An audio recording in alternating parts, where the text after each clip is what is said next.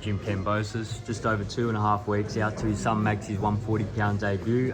He'll be fighting former world champions Al Jordan. There he is. How excited are you for fighting on? Oh, super excited. I mean, 8 years since George has fought in Sydney. So last time we fought was Luna Park, 2016. So yeah, the return of the road warrior, George Kambosos. And, we had a few opponents to pick from at the 140 division. Obviously George, to make the step up into that division. It's a stacked division now. So the thing is, yeah, super excited. Jordan, he's no slouch. I've told you, George, this many times. If you overlook Dwight, you might as well retire, because this boy can punch. 43-4 record with 31 knockouts. He's got punching power. So super excited. George has obviously had a fantastic training camp, and the camp is still moving nicely with 2 weeks to go this Saturday.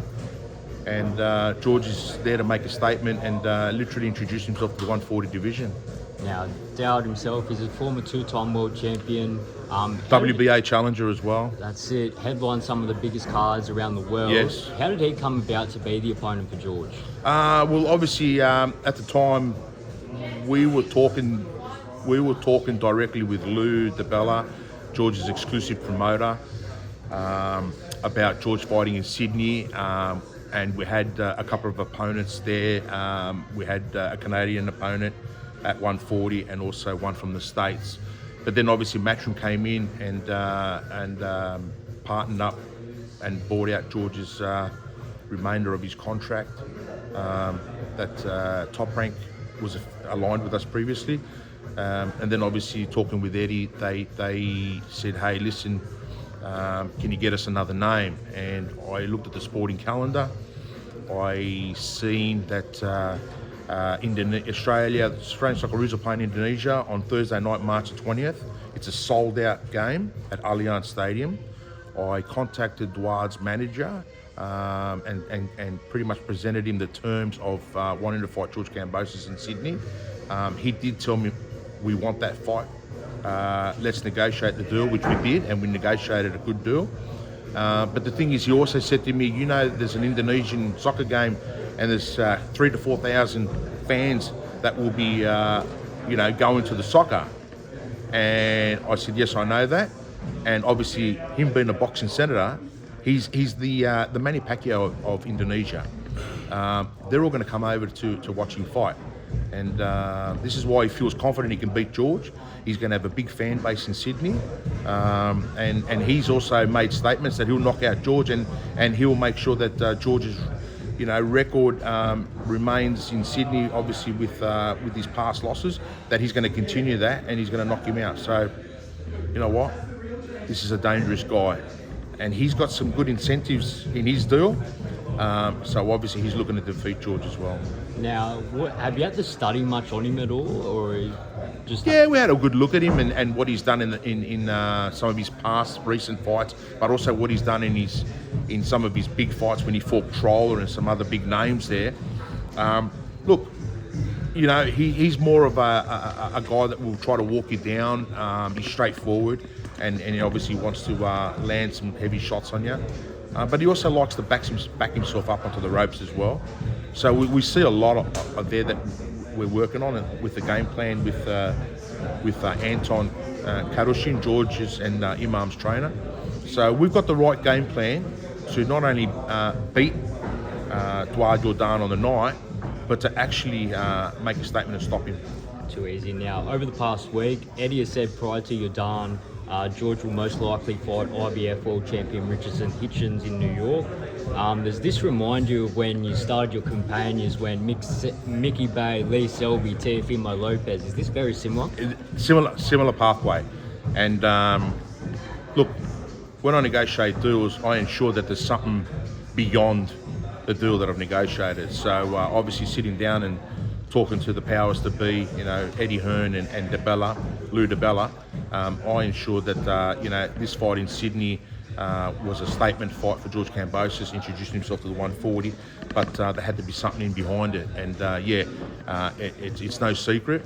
Hitchens, he'll be awaiting for the result, and it's likely it's more than likely that Hitchens will fight Kambosos in June or July in New York, Madison Square Garden. Obviously, me being a manager, I will try to negotiate the commercial terms of where it could take place.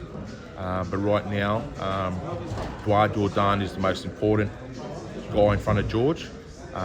George being victorious, that's the plan, is fighting Hitchens for the 140 IBF World title. And yes, similarities with Mickey Bay was a good step up fight for George, compare it to Dwayne Jordan.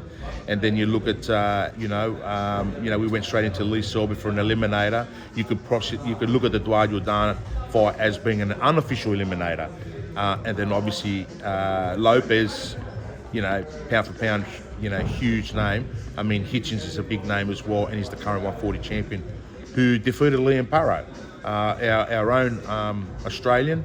And George wants to avenge that, and get that belt back and bring it back to Australia. So it's great. That's it. So with that news, does George really have to make a big statement to make sure he can get that world title shot? Yeah, of course. I mean, you've got to make a statement against, guys like this, because there's a lot of killers in that division and there's a lot of big names. So you've got to make a statement, and you've got to let everyone know that you're comfortable in your 140 division, and you're here to basically challenge the top names again and take what they've got, and that is world titles and two-time division and legacy and everything. There's so much there, mate, That's it. Now, you're around George probably more than anyone. How have you seen his progression as he's moved up in weight? Transitioning from 135 to 140? Yeah, a lot stronger. Speed and pretty much he possesses a lot of good speed and skill and movement, but the thing is he's a lot stronger, and I just see him a lot more relaxed and comfortable because of the weight that he holds, and his dietitian, Christoph from Strive, he monitors George every week, and he says, mate, you're tracking really nicely at 140. And like I said, George sparred. He sparred last night. We didn't check his weight, but he sparred last week, which was 3 weeks out. He sparred, and he was only 4 kilos off his weight, and that was three weeks ago. So weight's good. So that won't be an issue, especially holding that extra 2.1 kilos. Now, like you just said before, Hitchens beat Parro on the back end of last year for the world title belt. Yeah. What can George do differently that Parro can't? Not take the foot off the pedal, and I had Parro winning that fight in the first 4. And look, I said, Hitchens is not a Devin Haney. He's not 1/10 of a Devin Haney. All he does is basically work off his jab.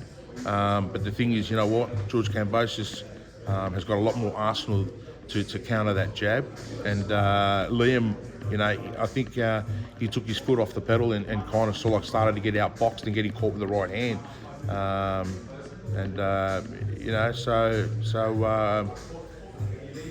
George says, just give me Hitchens after Jordan, and I know that I've faced the biggest names in boxing with the Haneys and the Lomachenkos and the Lopez's. This guy is very beatable, and I'm there to take his belt, provided obviously Jordan's first up. Now, George has previously been in the ring. It will be 8 straight world champions, former or current back-to-back Huge. on March 22nd. Yeah, what a resume.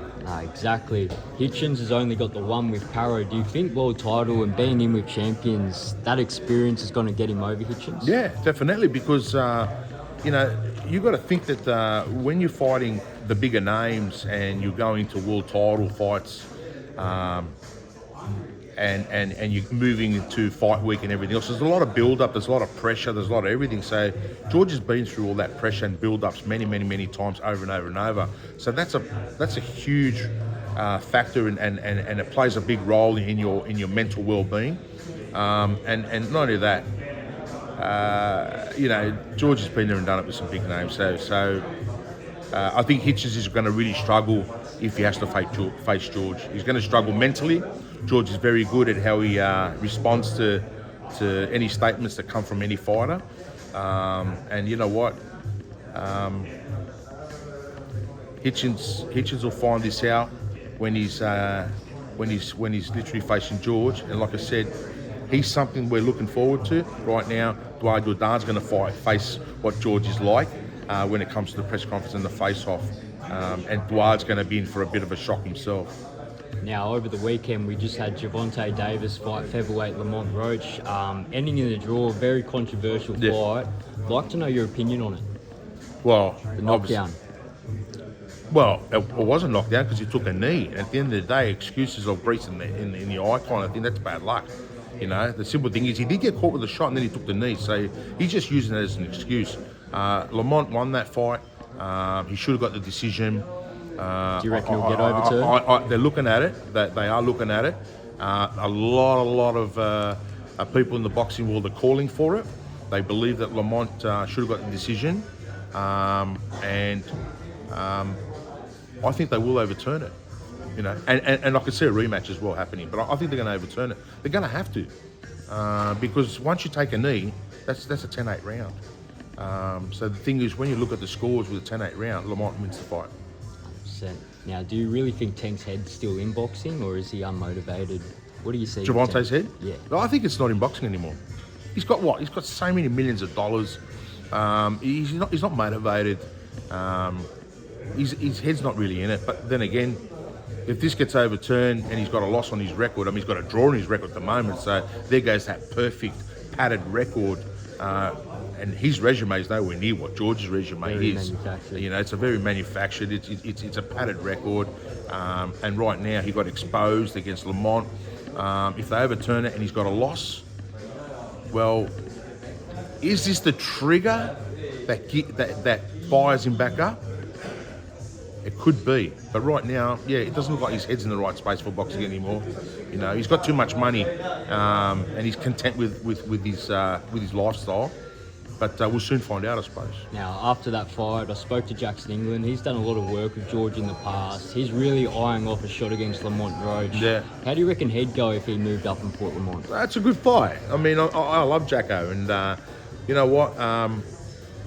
I think Jackson's got a lot of skill and a lot of speed, and you know, he's a thinker as well. He's got a boxing brain. So, you know, if that comes off, mate, first of all, I'll be super happy for Jacko, and I'll be definitely backing him no matter what for the win. So, wow, let's get it done.